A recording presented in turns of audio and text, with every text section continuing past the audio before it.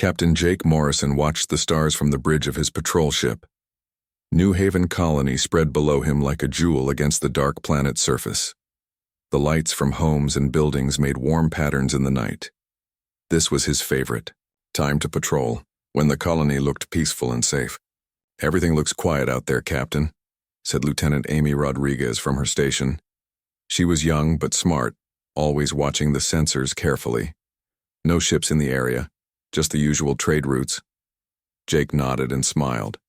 3 years. He had been protecting this colony, and 3 years of peaceful nights. New Haven was home to 50,000 people who had come here to build new lives.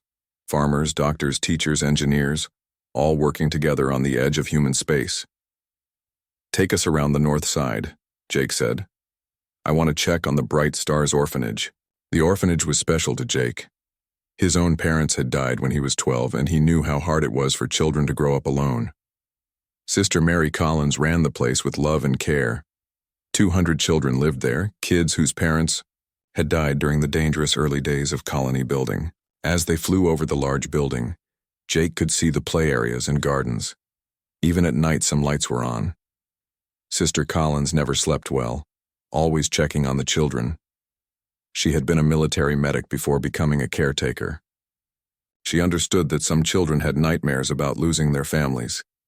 "Sir, I'm getting some strange readings," Amy said, her voice suddenly serious.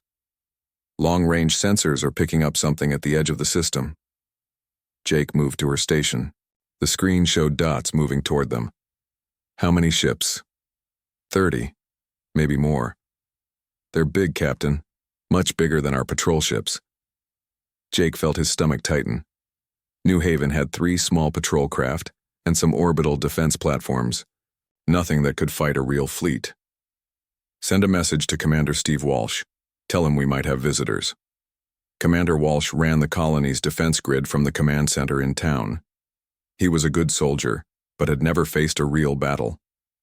None of them had. Human space had been peaceful for 20 years. The communication system buzzed. "Morrison, what do you have out there?" Walsh's voice was calm but worried. "Unknown fleet approaching, Commander. 30+ ships. They're not responding to our identification requests." "Copy that. I'm putting the defense grid on alert. Get back to base, Jake. We need to talk." As Jake's ship turned toward the colony, he looked down at the orphanage again. Dr. Lisa Harper's medical transport was parked outside. She did health checks for the children every month. Tonight she was probably reading bedtime stories to the younger ones. Inside the orphanage, 8-year-old Billy Thompson was having trouble sleeping. He was one of the newer children, still scared about being alone. Sister Collins sat beside his bed, her gentle voice telling him a story about brave space explorers. "Sister Collins," Billy whispered, "are there bad aliens out there?" "There are all kinds of people in the galaxy, Billy. Most of them are good. But don't worry, Captain Morrison and Commander Walsh keep us safe." Sister Collins did not know about the approaching ships. She focused on making Billy feel secure. "Would you like me to sing the lullaby?" Billy nodded. Sister Collins had a beautiful voice. Other children in nearby beds listened as she sang the old Earth song about stars watching over sleeping children. Dr. Harper, finishing her work in the medical room, smiled at the sound. Back at the command center, Jake met with Commander Walsh and the other defense officers. The main screen showed the approaching fleet clearly now. The ships were dark and angular, nothing like the smooth curves of human vessels. "Any idea who they are?" Walsh asked. "Computer identifies them as Carvex Empire ships," said Communications Officer Tony Anderson. "They're a military species from the other side of the sector, known for taking over planets and forcing out other species." Jake had heard of the Carvex. They were not evil exactly, but they believed in strength above all else. They took what they wanted and made other species move away. Usually they gave warnings first. "They're slowing down at the edge of the system," Amy reported. "Looks like they're taking positions around us." The communication system crackled with a harsh alien voice. "Human colony, this is War Commander Zethkar of the Carvex Empire. You are in territory claimed by our empire. You have 24 hours to evacuate this system." Commander Walsh looked at Jake, then pressed the reply button. This is Commander Walsh of New Haven Colony. We have legal claim to this system under Galactic Settlement Law. 50,000 people live here. This is our home. Your laws mean nothing to the Carvex Empire, the alien voice replied. This system belongs to us now. Leave within 24 hours or face the consequences. The channel went dead. The room was quiet for a long moment. Jake thought about all the families sleeping peacefully below. The farmers who had spent years making the soil grow food. The children in the orphanage who had already lost everything once. What are our options? Walsh asked. Not many, Jake admitted. We have 3 patrol ships and 12 defense platforms. They have 30 warships. In a straight fight, we lose badly. What about calling for help?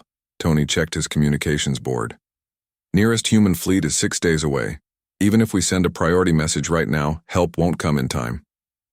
Jake walked to the window and looked out at the colony lights. Somewhere down there, Sister Collins was tucking children into bed. Dr. Harper was probably driving home to her own family. Normal people living normal lives, not knowing that their world might end tomorrow. We have to try to talk to them, Jake said. Maybe we can work something out. Find a way to share the system or pay them something. Walsh nodded, but his face was grim. Send the message to Earth Command anyway, Tony. Let them know what's happening. Even if help comes too late, they should know. As the night passed, the Carvex fleet settled into orbit around New Haven. Their ships were dark and silent, waiting. In the orphanage, most of the children slept peacefully. Sister Collins finally went to her own bed, but she lay awake, listening for any sound of trouble. Jake stayed on the bridge all night, watching the enemy ships. 24 hours seemed like no time at all. But maybe somehow they could find a peaceful solution. Maybe the Carvex would be reasonable.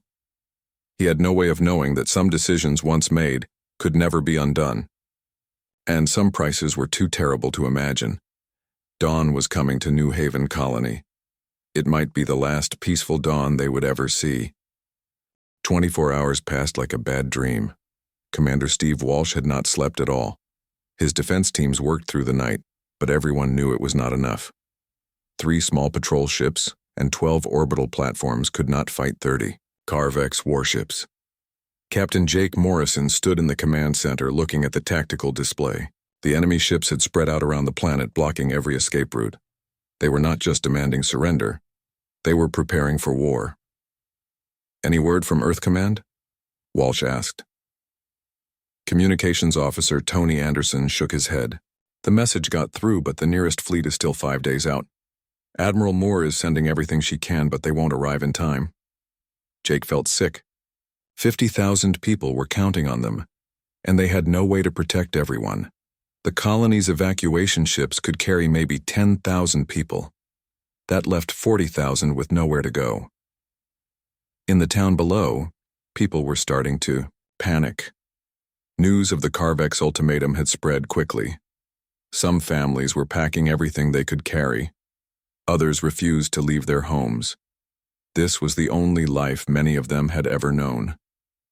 Pastor John Martinez held special prayer services at the community center. Hundreds of people came looking for hope and comfort. God will protect us, he told them. This is our home. We will find a way. Engineer Carol Baker worked frantically in the power plant, trying to boost the colony's shield generators. She knew it was probably useless, but she had to try something. Her own children were at the school, and she would not give up without a fight. At the Bright Stars Orphanage, Sister Mary Collins tried to keep things normal. The children could sense that something was wrong, but she did not want to scare them. Many of these kids had already lost their parents. They did not need more fear in their lives. Sister Collins, why are there so many ships in the sky? Asked 16-year-old Kevin Ross. He was the oldest child at the orphanage, almost ready to start his own life. He had been asking questions all morning. There are some visitors who want to use our planet, Sister Collins said carefully. The adults are talking to them, trying to work things out. Kevin was not fooled. He had seen the news reports on the older kids' tablets. They want us to leave, don't they? Sister Collins put her hand on his shoulder. Whatever happens, we'll face it together. That's what families do. Her assistant, Peter Williams, was helping the younger children with their breakfast. Nancy Foster, the other caretaker, was reading stories to keep everyone calm. But all three adults were worried. If they had to evacuate, where would 200 orphaned children go? Dr. Lisa Harper arrived for her regular medical visits. She tried to act normal, checking on children who had been sick. But 8-year-old Billy Thompson noticed her hands shaking when she took his temperature. "Are the bad aliens going to hurt us?" Billy asked. Dr. Harper knelt down to his level. "There are people whose job is to keep us safe. Captain Morrison and Commander Walsh are very good at their jobs." But even as she said it, Dr. Harper knew those good people might not be enough this time. Back in orbit, War Commander Zethkar was getting impatient. The humans had been given a fair warning. 24 hours was more generous than most species. Received. His tactical officers were reporting that the human defenses were pathetic. "War Commander," said his second-in-command, "the humans are attempting to negotiate. They offer to share the system or pay tribute." Zethkar made a disgusted sound. "Weak. They should have left when ordered. Now they will learn what happens when someone defies the Carvex Empire." "Should we destroy their military ships first?" "No. Target their infrastructure. Power plants, spaceports, communication centers. Make it clear that resistance is useless. They will evacuate once they realize we are serious." Sub-Commander Vracht studied the targeting data on his screen. He was young for his rank, eager to prove himself in battle. The humans had several large installations that would make good targets. The power plant, the spaceport, the government buildings, and something else. A large structure with many life signs clustered together. His sensors identified it as some kind of civilian gathering place, perfect for demonstrating Carvex superiority. Captain Morrison made one last attempt at communication. He opened a channel to the Carvex fleet, broadcasting on all frequencies. "War Commander Zethkar, this is Captain Morrison. Please listen. To reason. This is a peaceful colony with families and children. We have no military threat to your empire. Surely we can find a solution that does not require violence." The response came quickly. "Captain Morrison, you had your chance to avoid bloodshed. The time for talk is over. Your colony will be eliminated as an example to other species who think they can resist Carvex expansion." "Wait," Morrison said desperately. "At least let us evacuate the children. The orphanage has 200 kids who have nowhere else to go. They're just innocent children." There was a long pause. Then Zethkar's voice came back, colder than space. "The weak do not deserve to inherit the stars, human. Your children will learn this lesson along with everyone else." The channel went dead. In the command center, everyone heard the exchange. Commander Walsh closed his eyes for a moment, then opened them with grim determination. "All defense platforms. Power up weapons," he ordered. "All patrol ships prepare for combat. We can't win this fight, but we're going to make them pay for every life they take." Lieutenant Amy Rodriguez checked her sensor readings one more time, hoping for a miracle. The Carvex ships were spreading out, taking optimal firing positions. Their weapons were charging. "Sir," she said quietly, "they're targeting our infrastructure, power plant, spaceport, and—" She paused, checking the data again. "And the orphanage." Jake Morrison felt something cold and terrible settle in his stomach. "Are you sure?" "Positive, Captain. One of their ships has locked weapons on the Bright Stars orphanage."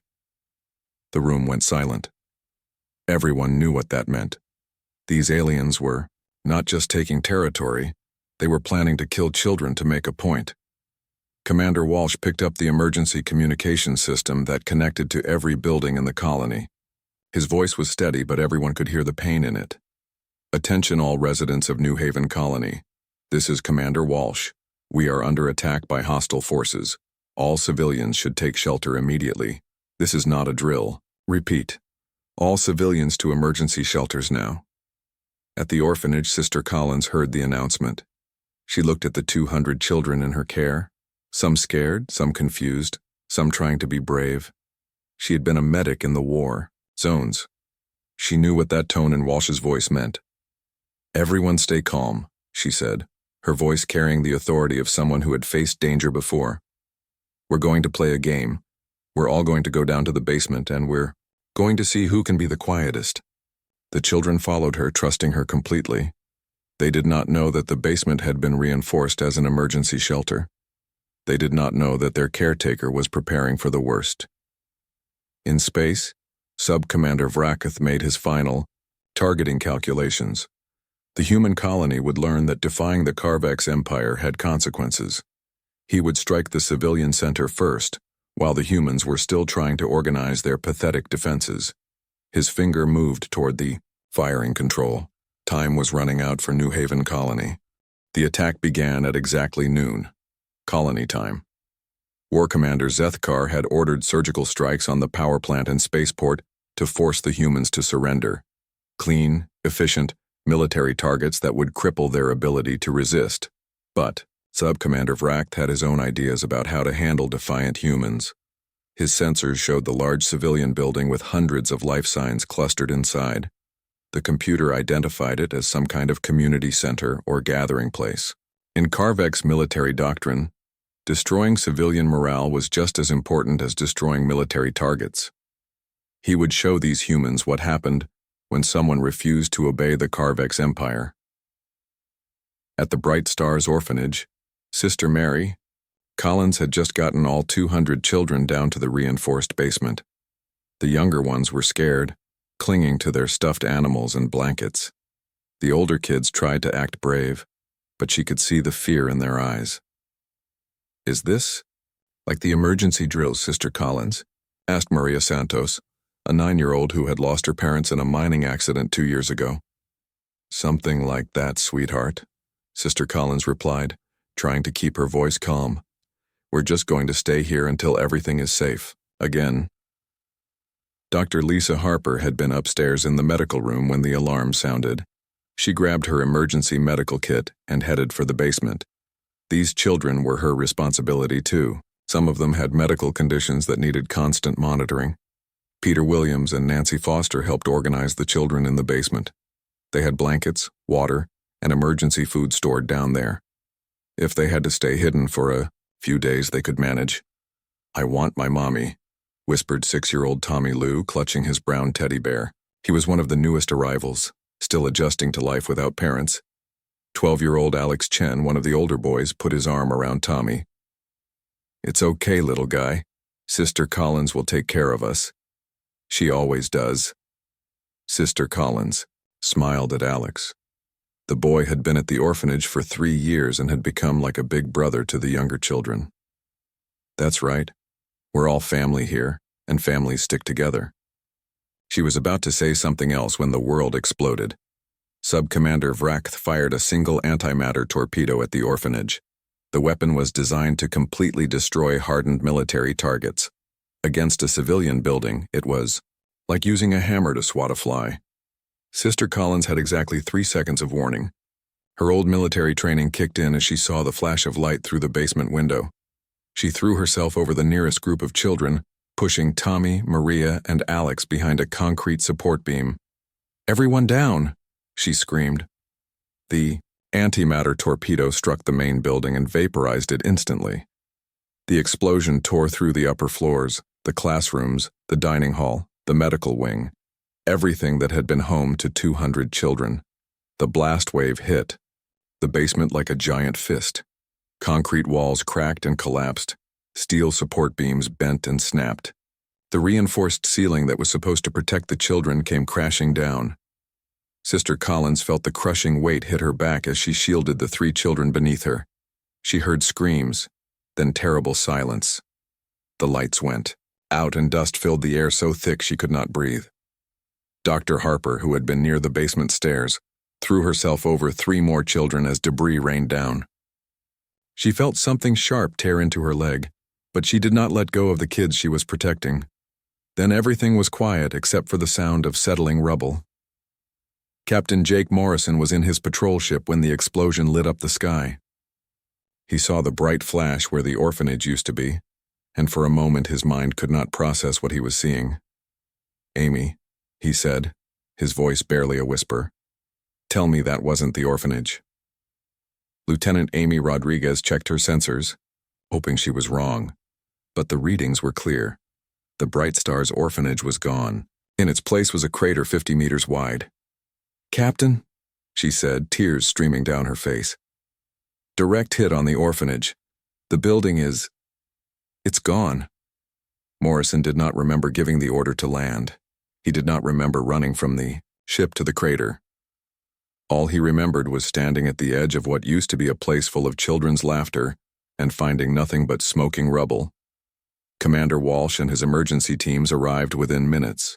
They brought heavy equipment to dig through the debris, medical teams to treat survivors, and body bags for the ones they could not save. The first survivor they found was Tommy Liu. The 6-year-old was unconscious, clutching his teddy bear, protected by the concrete beam that Sister Collins had pushed him behind. He had a broken arm and cuts all over his face, but he was alive. "We got one," shouted the rescue worker. "Medical team to Sector 7. They found Maria Santos next, buried under pieces of the ceiling but breathing. She had severe burns on her legs and back, but Dr. Harper's body had protected her from the worst of the blast. Alex Chen was the last child they pulled out alive. The 12-year-old had been knocked unconscious when the building collapsed, but Sister Collins had covered him with her own body. He woke up as they lifted him from the rubble. "Sister Collins?" he asked weakly. "Where is Sister Collins?" The rescue workers found her 10 minutes later. She had died instantly when a steel beam crushed her spine, but her body had formed a protective shell around the 3 children. Even in death, she had kept them safe. They found Peter Williams and Nancy Foster together, their arms wrapped around a group of younger children. They had tried to shield the kids with their own bodies, but the blast was too powerful. None of them survived. Dr. Harper was barely alive when they pulled her from the wreckage. She had saved 3 children by covering them with her body, but the effort had cost her everything. She died in the ambulance on the way to the medical center, whispering the names of the children she had tried to protect. The final count was devastating. 186 children dead, 12 staff members dead, 3 children alive, all badly injured. Communications officer Tony Anderson recorded everything with his camera. The crater where a building used to stand, the rescue workers, pulling small bodies from the rubble, the stuffed animals and children's drawings scattered like leaves in the wind. Captain Morrison knelt beside Sister Collins's body and gently closed her eyes. She had been like a mother to 200 children, and she had died trying to save them. Her last act had been to push 3 kids to safety. "Captain," Tony said quietly, "the Karveks are demanding surrender. War Commander Zethkar says this was just a demonstration. He's offering to accept our evacuation if we leave immediately." Morrison stood up slowly. His face was completely calm, but his eyes were burning with something terrible. "Send a message to Earth Command. Tell them what happened here. Tell them everything." "What should I say to the Karveks?" Morrison looked at the crater one more time. Somewhere in that rubble were the bodies of children who had already lost their parents once. Children who had trusted adults to keep them safe. "Tell them," Morrison said quietly, "that they just made the biggest mistake in the history of their species. The war for New Haven was over. The human children were dead, but something else was just beginning. Something that would make the Karveks Empire wish they had never heard the word human." The news traveled across human space like wildfire. Communications officer Tony Anderson had sent the footage to Earth Command with Priority 1 encryption. Within 72 hours, every human world had seen the crater where the Bright Stars orphanage used to stand. Admiral Patricia Moore sat in her office at Earth Fleet Command, watching the recording for the 10th time. She had seen war before. She had lost friends in battle and made hard decisions that cost lives. But she had never seen anything like this. The camera showed the rescue workers pulling small bodies from the rubble, stuffed animals covered in dust and ash, a child's drawing of a spaceship torn in half and soaked with blood. "Ma'am," her aide said quietly, "President Rivera is on the secure line." Admiral Moore picked up the communication device. President Carlos Rivera's face appeared on the screen, and she could see the same terrible anger in his eyes that she felt in her own heart. "Patricia, Tell me we're going to make them pay for this. Yes, sir. The Colonial Defense Fleet is already moving. Admiral Rick Turner has redirected his entire battle group toward Carvex space. General Susan Clark is mobilizing the 5th Marine Force. That's not enough, Rivera said. They didn't just attack a military target. They specifically targeted children. Children who had already lost their parents. This requires a response that the entire galaxy will remember. Admiral Moore understood. You're authorizing the planet-killer weapons? I'm authorizing whatever it takes. These aliens crossed a line that should never be crossed. The response needs to be absolute. Within hours, the call went out across human space. Every military ship, every colonial defense force, every merchant vessel that could carry weapons received the same message. All units report for Operation Righteous Fury, Priority Alpha, no exceptions. On Mars, Dr. Emma Stone was analyzing captured Carvex communications when her assistant brought her the footage from New Haven. Dr. Stone specialized in alien languages and behavior patterns. She had worked with dozens of species to build peaceful relationships, but as she watched the recording, she felt something change inside her. These were not the actions of a species defending territory. This was deliberate cruelty. Run a full analysis on all Carvex communications from the attack, she ordered. I want to know exactly what they were thinking when they fired on that orphanage. The analysis took 6 hours. When it was finished, Dr. Stone stared at the results in horror. The computer translation was clear. Sub-Commander Vrakith had identified the orphanage as a human breeding center and specifically targeted it to eliminate future generations of the species. It was not a mistake. It was not an accident. It was genocide. Dr. Stone sent her findings to Intelligence Director Frank Cooper, who immediately called an emergency meeting of the Human Defense Council. The council included representatives from every major human world and colony. Members of the council, Director Cooper said, we now have proof that the attack on the New Haven orphanage was a deliberate act of genocide. The Carvex military specifically targeted human children with the intent to eliminate our future generations. Ethics Counselor Helen Ross spoke first. Director Cooper, while this attack was horrific, we cannot respond with genocide of our own. That would make us no better than them. Military strategist Colonel Ray Parker stood up.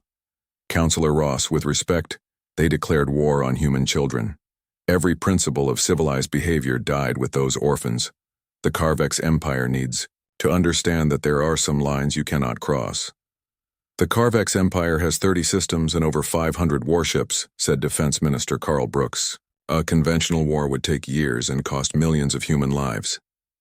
Then we don't fight a conventional war, said Admiral Moore, joining the meeting by video link. We have weapons that can end this quickly and permanently. The stellar disruptors have been tested and are ready for deployment. The stellar disruptors were humanity's most closely guarded secret, weapons capable of destabilizing a star and causing it to go supernova. They had been built as a last resort against an extinction-level threat to human survival. Ethics Counselor Ross tried one more time. There are 8 billion Carvex civilians on their homeworld, innocent beings who had nothing to do with the attack. Colonel Parker's response was ice cold. There were 186 innocent children in that orphanage. They had nothing to do with anything except needing a safe place to grow up. The Carvex Empire made their choice when they targeted kids. The vote was not even close. 12 members voted to authorize Operation Righteous Fury with full stellar disruptor deployment. Only Ethics Counselor Ross voted against. President Rivera addressed the human worlds that evening. His speech was broadcast to every human colony, every space station, every ship traveling between the stars. Citizens of humanity, he began. 3 days ago, the Carvex Empire committed an act so evil that it defies comprehension. They deliberately targeted and murdered 186 human children. Children who had already lost their parents. Children who trusted us to keep them safe. The president paused, letting the words sink in across human space. The Carvex Empire believes that strength gives them the right to kill our young. They believe that we will submit to their threats and abandon our colonies. They believe that human children are acceptable targets for their expansion. They are wrong. Today I authorize Operation Righteous Fury. Every ship in the human fleet, every weapon in our arsenal, every soldier willing to fight will be deployed against the Carvex Empire. We will show them and every other species in the galaxy that humanity values nothing more than the safety of our children. Those who harm human young will face complete and total annihilation. No negotiations, no mercy, no survivors. The response was immediate and overwhelming. Captain Danny Walsh, who ran merchant ships between the colonies, volunteered his entire fleet for military service. Retired Admiral Betty Ford came out of retirement to lead a battle group. Even civilian scientists like Dr. Martin Lee requested transfers to military research projects. On the mining world of Kepler Prime, factory workers volunteered for extra shifts to build more weapons. On the agricultural world of New Terra, farmers sent their sons and daughters to join the fleet. Every human world contributed something to the war effort. Fleet Admiral Marcus Johnson was chosen to lead the Armada. He had fought in the border wars 20 years ago and understood both strategy and the cost of battle. But this was different from any war humanity had ever fought. Admiral, President Rivera said in their private briefing, I want to be very clear about your mission. This is not a war for territory or resources. This is not about forcing surrender or negotiating treaties. Operation Righteous Fury has one goal, the complete elimination of the Carvex Empire. Admiral Johnson nodded. Understood, sir. What about civilian populations? Admiral, they targeted our children. There are no civilians in this war. The largest fleet in human history began assembling at the Titan naval yards. 300 ships from massive dreadnoughts to small fighter craft. The centerpiece was the UHS Vengeance, a new class of ship built specifically to carry the Stellar Disruptor. Captain Lisa Ford volunteered to command the heavy cruiser UHS Justice. She had her ship's hull painted with the names of all 186 dead children. Other captains followed her example. By the time the fleet was ready to depart, every ship carried the names of the murdered orphans. Marine Colonel Chad Miller trained his assault troops for what he called justice missions. His Marines would be responsible for eliminating any Carvex military installations that survived the fleet attacks. There would be no prisoners taken. Back at New Haven Colony, the 3 surviving children were being prepared for transport to Earth. Tommy Lou, still clutching his teddy bear, asked the medical team when Sister Collins was coming to see him. The doctors did not know how to tell a 6-year-old that his caretaker had died protecting him. Maria Santos was recovering from her burns, but she woke up screaming from nightmares every night. The explosion played over and over in her dreams. Alex Chen, the oldest survivor at 12, understood more than the adults thought. He asked Commander Walsh a question that no child should have to ask. Are you going to make the bad aliens pay for killing our friends? Walsh knelt down beside the boy's hospital bed. Yes, Alex, I promise you they're going to pay. The boy nodded solemnly. Good. Sister Collins always said that people who hurt children should face consequences. Admiral Johnson's fleet departed from Titan 3 weeks after the attack. As they jumped to hyperspace heading toward Carvex territory, the Admiral sent one final message to the enemy. War Commander Zethkar, this is Fleet Admiral Johnson of the human fleet. You murdered our children. Now you will learn what happens when someone threatens the young of humanity. We are coming for you. All of you. The Carvex Empire still believed they were dealing with a weak species that would negotiate or retreat. They had no idea that they had awakened something terrible, something that would not stop until every last one of them was dead. Fleet Admiral Marcus Johnson stood on the bridge of the UHS Vengeance, watching the stars stream past as his armada moved through hyperspace. 300 ships, the largest human fleet ever assembled, all heading toward one destination: the complete destruction of the Carvex Empire. The Vengeance was unlike any ship humanity had ever built. 2 kilometers long and armed with weapons that could crack planets, it had been constructed for one purpose: carrying the Stellar Disruptor to its target. The weapon itself was stored in a heavily shielded compartment deep in the ship's core, waiting for the moment when humanity's children would be avenged. Admiral, said Captain Lisa Ford over the communication system, the Justice is ready for Vanguard operations. My crew is eager to begin, Johnson looked at the tactical display showing his fleet. The UHS Justice led the heavy cruiser division, its hull painted with the names of the murdered children. Other ships had followed the same tradition. The destroyer UHS Sister Collins carried the names of the orphanage staff. The battleship UHS Tommy's Bear was named after the stuffed animal found in the rubble. Every ship in the fleet carried personal reminders of why they were here.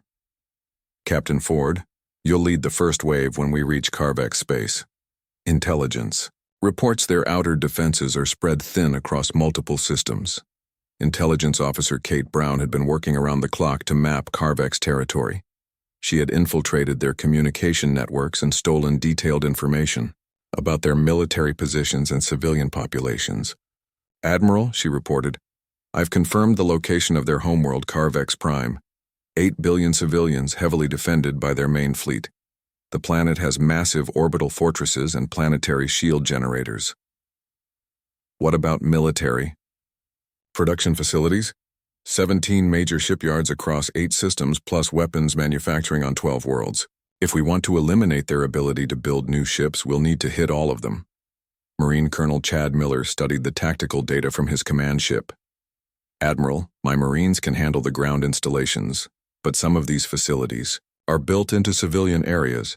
Taking them out will mean significant civilian casualties. Colonel, Johnson replied, they targeted an orphanage. There are no innocent civilians in this war. The statement was broadcast across the fleet, and every human soldier heard it clearly. This was not a conventional military operation. This was extermination. Back on Earth, the 3 surviving children from New Haven were recovering in the best medical facilities humanity could provide. Child psychologist Dr. Anna White worked with them daily, helping them process the trauma of watching their friends die. Tommy Lou, now 7 years old, still carried his brown teddy bear everywhere. He would sit for hours talking to the stuffed animal as if it could talk back. Dr. White knew he was trying to process memories too terrible for a child to understand. Tommy, she said gently, can you tell me about the day at the orphanage? The boy looked up with eyes that had seen too much. The bad aliens came. Sister Collins tried to protect us, but there was a big boom. When I woke up, everyone was gone except me and Maria and Alex. Do you miss your friends? Tommy nodded, hugging his bear tighter. I miss Billy and Sarah and Jenny. They were nice to me when I was scared. Sister Collins said we were all family. Maria Santos, now 10, was dealing with her trauma differently. The burns on her legs were healing, but she had terrible nightmares every night. She would wake up screaming about fire and explosions and friends who would not wake up. I should have died with them, she told Dr. White during one session. Why did I live when they didn't? Sometimes terrible things happen that we can't control, Dr. White replied. But you surviving doesn't mean you did anything wrong. Sister, Collins and Dr. Harper saved you because they wanted you to live. Alex Chen was the oldest at 13, and he understood more about what had happened than the younger children. He asked hard questions that adults struggled to answer. Dr. White, are we going to kill all the aliens who hurt our friends? The military is taking action to make sure this never happens again. That's not what I asked. Are we going to kill them all? Dr. White paused. The boy deserved an honest answer. Yes, Alex. The government has decided that the entire Carvex empire must be eliminated. Alex nodded solemnly. Good. Sister Collins always said that people who hurt children should face consequences. Meanwhile, the Carvex Empire remained completely unaware of the storm heading their way. War Commander Zethkar had received reports of increased human military activity, but he dismissed it as defensive preparations. These humans are cowards, he told his officers. They will make threats and move their ships around, but they lack the courage to actually attack us. We destroyed their little colony to make a point, and now they understand Carvex superiority. Sub-Commander Vraxth, the officer who had actually targeted the orphanage, was proud of his success. War Commander, perhaps we should attack more human colonies. Show them what happens when inferior species try to resist us. No need, Zethkar replied. The destruction of their breeding facility sent a clear message. They will avoid our territory. Now, the Carvex military had studied human behavior for months before attacking New Haven. Their analysts concluded that humans were a weak species that prioritized individual safety over group survival. They expected the colony attack to terrify other human settlements into avoiding Carvex space. They had made a fatal error in judgment. Human space was mobilizing for total war. Factory worlds increased weapons production by 300%. Agricultural worlds sent food supplies to feed the massive fleet. Mining worlds provided rare metals for advanced weapons systems. Captain Danny Walsh, the merchant captain who had volunteered his ships, was now commanding a supply convoy carrying antimatter torpedoes to the front lines. He had painted for the children on the side of his flagship. Engineer Carol Baker, who had tried to boost New Haven's defenses, now worked 18-hour shifts building more stellar disruptors. She had lost her own children in the colony evacuation, and she wanted every Carvex world to burn. Dr. Emma Stone continued analyzing Carvex communications, looking for weaknesses in their command structure. She had discovered that their empire was rigidly hierarchical. Eliminate the leaders and the entire military would collapse into chaos. Admiral Johnson, she reported, I've identified the key Carvex command centers. If we can eliminate their war council and fleet admirals simultaneously, their remaining forces will be unable to coordinate effective resistance. Send me the target list, Johnson replied. We'll hit them all at once. Pastor John Martinez, who had held prayer services during the crisis at New Haven, now served as a chaplain aboard the battleship UHS Divine Wrath. His sermons to the crew were different from his usual messages of peace and forgiveness. God protects the innocent, he told the assembled Marines. When evil targets children, righteous anger is not just permitted, it is required. We are instruments of divine justice. The fleet's approach to Carvex space was detected by long-range sensors 3 days before arrival. Carvex border patrol ships sent urgent warnings to their command. Massive human fleet approaching. Request immediate reinforcements. War Commander Zethkar finally realized his mistake. The humans were not retreating in fear. They were coming for revenge, and they were bringing enough firepower to destroy his entire empire. How many ships? He demanded. 300 confirmed, War Commander, including vessels of unknown design. Their lead ships are broadcasting a message. What do they say? The communications officer played the recording. Admiral Johnson's voice was calm and deadly. Carvex Empire, this is the human fleet. You murdered our children. Today you pay the price. There will be no surrender accepted. There will be no mercy shown. You are all going to die. Zethkar felt something he had never experienced before. Fear. Not fear of death in battle, but fear of complete annihilation. The humans were not coming to conquer territory or force submission. They were coming to erase the Carvex Empire from existence. Send emergency signals to all fleet commanders, he ordered. Full mobilization. Every ship, every weapon, every warrior. The humans want a war of extinction. What about negotiations, War Commander? Zethkar looked at the tactical display showing the approaching human armada. 300 ships, all broadcasting the names of dead children. There will be no negotiations, he said quietly. We crossed a line that cannot be uncrossed. Now we face the consequences. The greatest battle in galactic history was about to begin, and somewhere in the human fleet, tucked safely in the core of the UHS Vengeance, a weapon waited that could turn stars into supernovas. The Carvex Empire had killed human children. Now they would learn what happens when humanity decides that mercy is no longer an option. The human fleet dropped out of hyperspace at the edge of Carvex territory, like a storm of vengeance made manifest. 300 ships spread across the darkness, their weapons already charging for the first strikes of what would become known as the War of Absolute Justice. Fleet Admiral Marcus Johnson stood on the bridge of the UHS Vengeance, watching the tactical display as his forces moved into attack formation. The Carvex Empire had 30 systems under their control, but intelligence suggested their fleet was scattered across multiple sectors. Perfect for what he had planned. Captain Sarah Turner, begin reconnaissance operations, Johnson ordered. I want to know the location of every Carvex ship in this sector. Captain Turner commanded the stealth frigate UHS Silent Justice, equipped with advanced scanning technology that could map enemy positions without being detected. Her ship slipped through the outer edge of the system, invisible to Carvex sensors. "Admiral," she reported 20 minutes later, "I'm reading 47 Carvex vessels in this system. Mix of cruisers, destroyers, and patrol craft. They're forming defensive positions around the main military base." Tactical Officer Ben Harris studied the enemy formations from his position aboard the Vengeance. "Admiral, they're using standard defensive tactics. Overlapping fields of fire, protected approach routes. They're planning to make us fight through multiple defensive lines." Johnson smiled coldly. "They still think this is a conventional war. Show them how wrong they are. All ships, execute Operation Clean Sweep."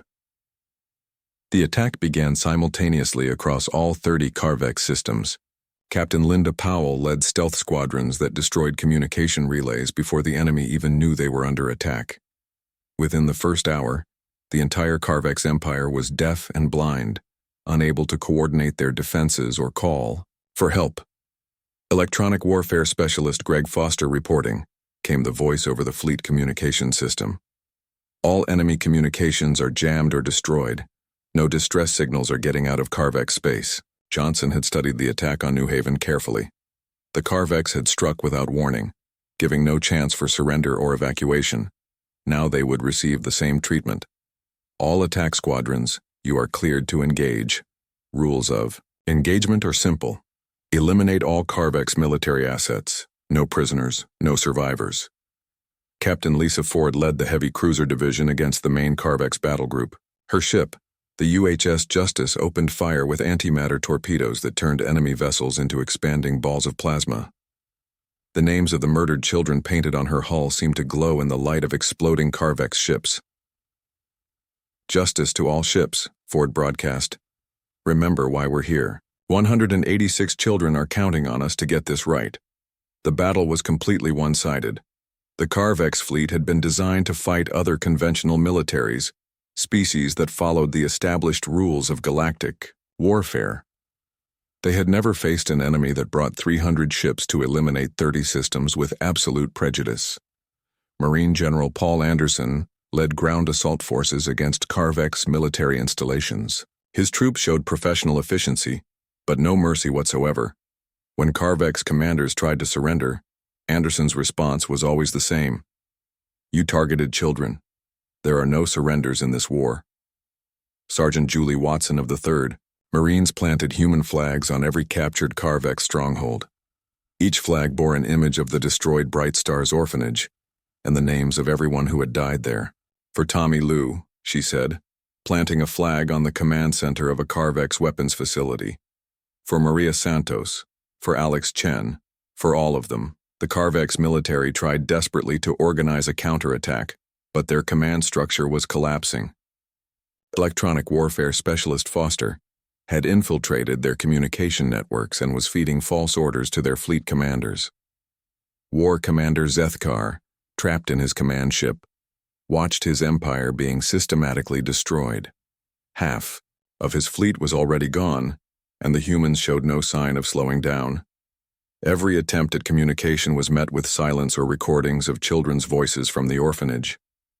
"Sub-Commander Vracath," he called to his second-in-command, "send a surrender offer to the human fleet. Tell them we acknowledge our error and offer full compensation for the destroyed facility." Vracath tried to send the message, but received only an automated response. "The Carvex Empire targeted human children. No surrender is acceptable. All Carvex military personnel will be eliminated." Admiral Johnson received reports from across all 30 systems. The pattern was the same everywhere. Complete human victory with 0 Carvex survivors. His fleet commanders were following orders with ruthless precision. "Admiral," reported Captain Oliver Stone of the battleship UHS Sister Collins, "we've eliminated all Carvex military assets in the 7th sector, moving to support operations in adjacent systems." "Admiral," came another voice. Captain Jennifer Ford reporting, "All shipyards in the 5th sector have been destroyed. No Carvex vessels escaped." By the end of the first week, 29 of The 30 Carvex systems were under human control or completely destroyed. The Carvex fleet, which had numbered over 500 ships at the start of the war, was reduced to scattered survivors hiding in asteroid fields. The only system remaining was the Carvex homeworld. Intelligence Officer Kate Brown provided the final briefing on Carvex Prime. Admiral, the planet has 8 billion civilian inhabitants. Orbital defenses include 47 battle stations and 300 defensive platforms. The Carvex government is sending desperate messages offering total surrender. What are they offering? Complete withdrawal from all disputed territory, payment of war reparations, and the execution of all military officers involved in the New Haven attack. Johnson looked at the tactical display showing the Carvex homeworld. 8 billion beings who had never personally harmed a human child, but who belonged to the species that had committed genocide against orphaned children. Send them our response, Johnson said. The Carvex Empire targeted human young. The response is extinction. No negotiations, no mercy, no exceptions. War Commander Zethkar received the human message aboard his command ship, now hiding behind one of the orbital defense platforms. He understood that his empire was finished, but he had to try one final desperate gambit. Contact the Galactic Council, he ordered. Tell them the humans are committing genocide against our species. Demand intervention. The message was sent, but received no response. Every other species in the galaxy had seen the footage from New Haven Colony. The images of dead children pulled from the rubble had shocked even the most hardened civilizations. The Galactic Council's official response was a single sentence. The Carvex Empire created this situation. The Council will not intervene in the consequences. Sub-Commander Vracht, the officer who had actually targeted the orphanage, made a personal plea to Admiral Johnson. Human Commander, I was the one who fired on your breeding facility. Execute me and spare the others. They followed my orders. Johnson's response was broadcast across the entire Carvex system. You call it a breeding facility. It was an orphanage, a place where children who had already lost their parents tried to find safety and love. Your entire species will pay for what you did to them. The UHS Vengeance moved into position above Carvex Prime, its stellar disruptor weapon finally ready for deployment. The weapon that could destabilize a star and cause it to supernova, sterilizing an entire solar system. Admiral, his weapons. Officer Lieutenant Chris Taylor reported. The stellar disruptor is fully charged and ready to fire. Target locked on the system's primary star. Johnson looked one final time at the tactical display. 8 billion Carvex civilians on the planet below. Families, children, individuals who had never personally harmed anyone. In any other war, they would be considered innocent, but they had chosen to belong to a species that targeted human children. Fire when ready, Lieutenant. The stellar disruptor lanced out from the Vengeance, a beam of pure energy that struck the system's star and began the process that would turn it into a supernova. The reaction would take several hours to complete, giving the Carvex enough time to understand what was happening but not enough time to escape. As the star began to destabilize, Admiral Johnson sent his final message to the dying empire. You murdered our children. Now face the consequences. Let every species in the galaxy know. Those who harm human young will be erased from existence. The Carvex homeworld had 6 hours before their sun exploded. There would be no evacuation. There would be no rescue. There would be no mercy, just justice, absolute and final. The stellar disruptor beam struck the Carvex system star at exactly 1400 hours, Galactic Standard Time. Within minutes, the massive fusion reaction that had burned for billions of years began to destabilize. The star that had given life to the Carvex homeworld would soon become their executioner. Fleet Admiral Marcus Johnson watched from the bridge of the UHS Vengeance as his weapon did its terrible work. The star's surface began to show the first signs of instability. Solar flares larger than planets erupting from the corona, the steady fusion pulse becoming erratic and violent. Sir, reported Science Officer Dr. Wayne Miller, stellar destabilization is proceeding as calculated. The supernova will occur in approximately 6 hours. The blast will sterilize everything within 12 light minutes of the star. Johnson nodded. Carvex Prime orbited at 8 light minutes. There would be no survivors. On the planet below, 8 billion Carvex civilians were beginning to understand that their world was ending. Their astronomers had detected the changes in their sun immediately, and panic was spreading through their cities. Carvex civilian administrator Morthek broadcast desperate pleas from the planetary capital. Human fleet, this is the civilian. Government of Carvex Prime. We surrender unconditionally. Our military committed crimes against your people, but our civilians are innocent. Please allow evacuation ships to remove non-combatants. The response came from Admiral Johnson himself. Administrator Morthek, your species targeted human children who had already lost their parents. You destroyed innocence itself. There is no evacuation. There is no mercy. There is only justice. War Commander Zethkar, hiding in a fortified bunker on the planet's surface, finally understood the magnitude of his mistake. He had ordered the attack on New Haven Colony, believing humans would respond like other species, with negotiations, territorial concessions, perhaps limited military retaliation. Instead, they were ending his entire species. Send a message to the human commander, he ordered his communication officer. Tell them I take full responsibility for the attack. Execute me and my officers, but spare the civilians. The message was broadcast across all channels, reaching not just the human fleet but every monitoring station in the galaxy. Zethkar's admission of guilt was recorded and would become evidence in the galactic archives. Admiral Johnson's response was broadcast to every inhabited world within 50 light years. War Commander Zethkar, you ordered an attack on defenseless children. Your sub-commander Vrakhth deliberately targeted an orphanage full of kids who had already suffered the loss of their parents. Your species crossed a line that should never be crossed.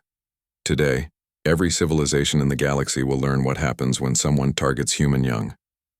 The Carvex Empire dies with their homeworld. Let this be a lesson that echoes across the stars for 1,000 years. Sub-Commander Vrakhth, the officer who had actually fired the shot that killed 186 children, made his own desperate plea from his command ship still in orbit. Human Admiral, I am the one who targeted your orphanage. I am the one who killed your children. Execute me personally, but spare the innocents on the planet below. Johnson's response was ice cold. Sub-Commander Vrakhth, you called it a breeding facility when you targeted it. Those were children. 6-year-old Tommy Lou with his teddy bear. 9-year-old Maria Santos who just wanted to feel safe. 12-year-old Alex Chen who tried to protect the younger kids. Sister Mary Collins who died shielding them with her own body. Your entire species is responsible for their deaths.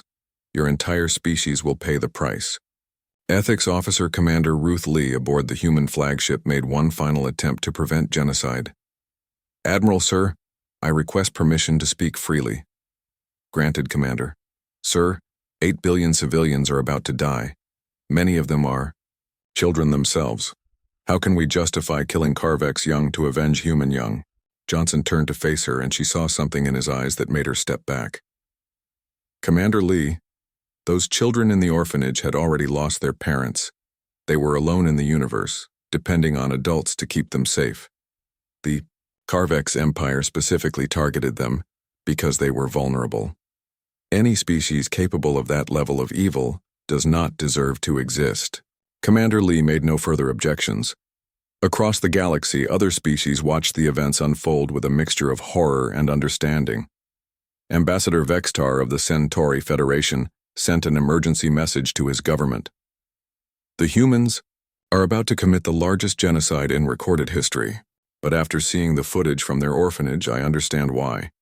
Trade Minister Koloth of the Merchant Collective issued a statement to all member species.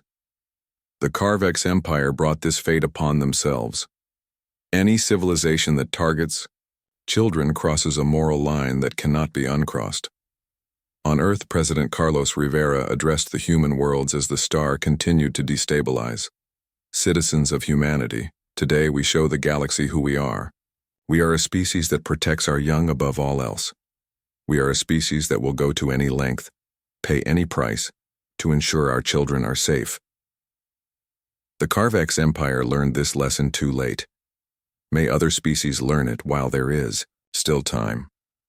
In the medical facility on Earth, the 3 surviving children from New Haven watched the news coverage with their caretakers. Tommy Lou, now 8 years old, still carried his brown teddy bear everywhere. "Are the bad aliens going to be gone forever?" he asked child psychologist Dr. Anna White. "Yes, Tommy. They will never hurt anyone again." Maria Santos, now 11, had been following the war coverage obsessively. "Good," she said quietly. "Sister, Collins always said that people who hurt children should face consequences." Alex Chen, the oldest survivor at 14, understood the full implications of what was happening. "Dr. White, are we really going to kill all of them? Even the ones who didn't hurt us?" Dr. White struggled with how to answer. "Alex, sometimes terrible actions have terrible consequences. The Carvex Empire chose to target children. Now they face the results of that choice." "I think Sister Collins would approve," Alex said. "She always said family protects family, and they killed our family." Back in the Carvex system, the star's instability was becoming visible to the naked eye. Massive solar flares erupted from its surface, and its color began shifting from yellow to a menacing orange-red. Captain Oliver Stone of the battleship UHS Sister Collins reported from his monitoring position. "Admiral, stellar collapse is accelerating. Estimate 4 hours until supernova." On Carvex Prime, the civilian population was experiencing complete social breakdown. Some tried to flee in whatever spacecraft they could find, but the human fleet destroyed any vessel that attempted to leave the system. Others gathered in underground shelters, hoping somehow to survive the coming supernova. Most simply waited, understanding that their civilization was ending. Civilian Administrator Morthek made one final broadcast. "To any species receiving this message, let it be known that the Carvex Empire dies today because our military committed unforgivable acts against human children. We accept responsibility for our crimes. We accept the justice that follows. Let our destruction serve as a warning to all civilizations. The humans value nothing more than the safety of their young. Those who threaten human children face extinction." War Commander Zethkar spent his final hours recording a message for the Galactic Archives.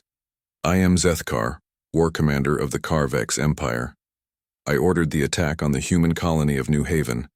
My subordinate, Sub-Commander Vrakoth, targeted their orphanage and killed 186 children.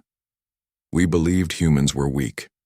We believed they would surrender rather than fight. We were wrong. They are the most dangerous species in the galaxy when their young are threatened. I die knowing that my empire dies with me. Let this be a lesson to any species that comes after us. Never, under any circumstances, harm a human child." The star's surface began to collapse. Nuclear fusion stopped in the core, and the massive gravitational forces that had been held in balance for billions of years suddenly overwhelmed the outward pressure of radiation. "All ships prepare for supernova shockwave," Admiral Johnson ordered. "Withdraw to minimum safe distance." The human fleet pulled back to the edge of the system as the Carvex homeworld's sun entered its final death throes. In a matter of minutes, the core collapse would trigger a rebound that would tear the star apart in the most violent explosion in the universe. "Admiral," Science Officer Miller reported, "stellar core collapse has begun. Supernova in 60 seconds. Johnson opened a communication channel to the entire human fleet. "All ships observe a moment of silence for the children of New Haven Colony. Tommy Lou, Maria Santos, Alex Chen, and their 183 friends who died in the Bright Stars orphanage. Today their deaths are avenged." The star exploded. The supernova released more energy in 10 seconds than most stars produce in 10 billion years. Carvex Prime vaporized instantly, along with every Carvex civilian, every military installation, and every trace that their civilization had ever existed.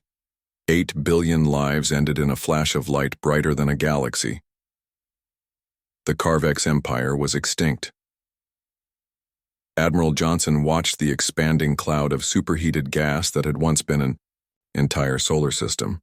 "Signal the fleet," he said quietly. 1 month after the supernova that destroyed the Carvex homeworld, the galaxy was a different place. The shockwave from Carvex Prime's destruction had been detected by every civilization within 100 light years. The message was clear and terrible. Humanity had the will and the power to completely erase species that threatened their children. President Carlos Rivera stood before the Galactic Assembly, broadcasting to every inhabited world in known space. Behind him was a hologram showing the expanding nebula that had once been the Carvex system. Representatives of all species, Rivera began. 1 month ago, the Carvex Empire committed an act of evil so profound that it required an absolute response. They deliberately targeted and murdered 186 human children. Children who had already lost their parents. Children who trusted adults to keep them safe. The president paused, letting the image change to show the crater where the Bright Stars Orphanage had once stood.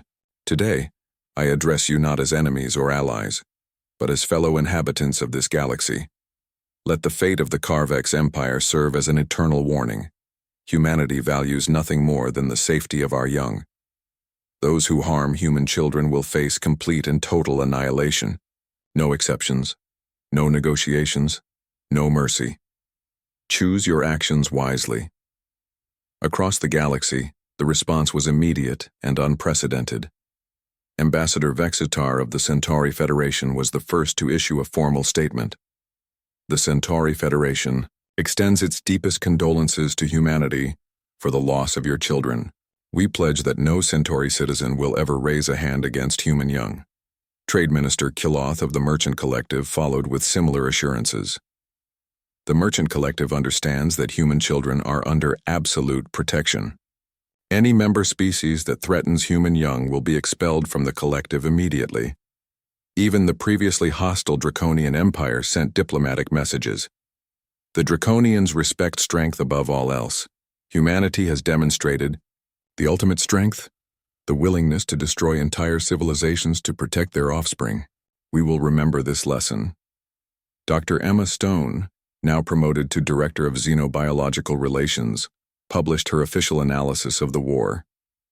The destruction of the Carvex Empire represents a fundamental shift in galactic politics. Humanity has established itself as the ultimate protector species, peaceful until our young are threatened, then utterly ruthless in response. No civilization in recorded history has demonstrated such complete commitment to protecting their offspring. This establishes humanity as both the safest species to coexist with and the most dangerous to antagonize. On Earth, the 3 surviving children from New Haven Colony were beginning new lives. Tommy Lou, now 9 years old, had been adopted by Captain Jake Morrison and his wife Sarah. The boy still carried his brown teddy bear, but his nightmares were becoming less frequent. "Dad," Tommy asked Morrison one evening, "are there still bad aliens out there?" Morrison knelt down beside his adopted son. "Tommy, there might be.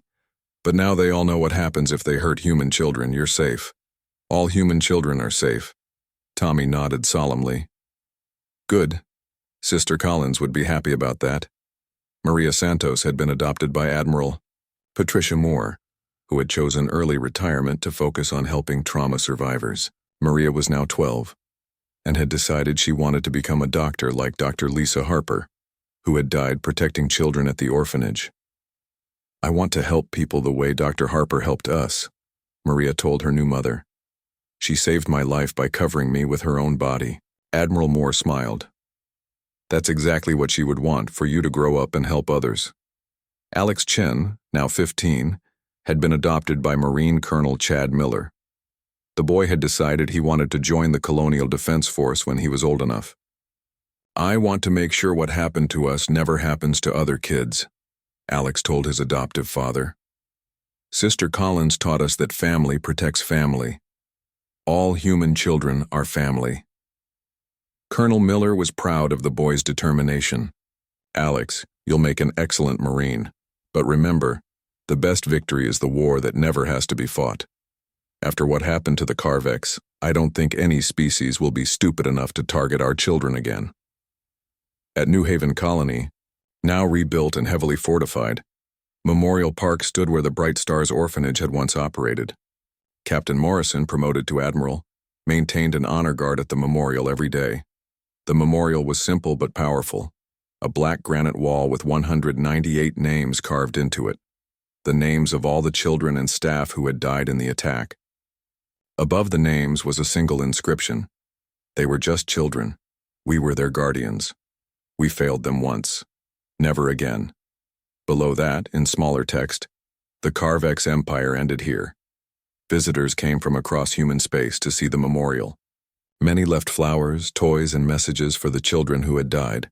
But more importantly, they came to understand what humanity was capable of when their young were threatened. Fleet Admiral Marcus Johnson published his official report on Operation Righteous Fury.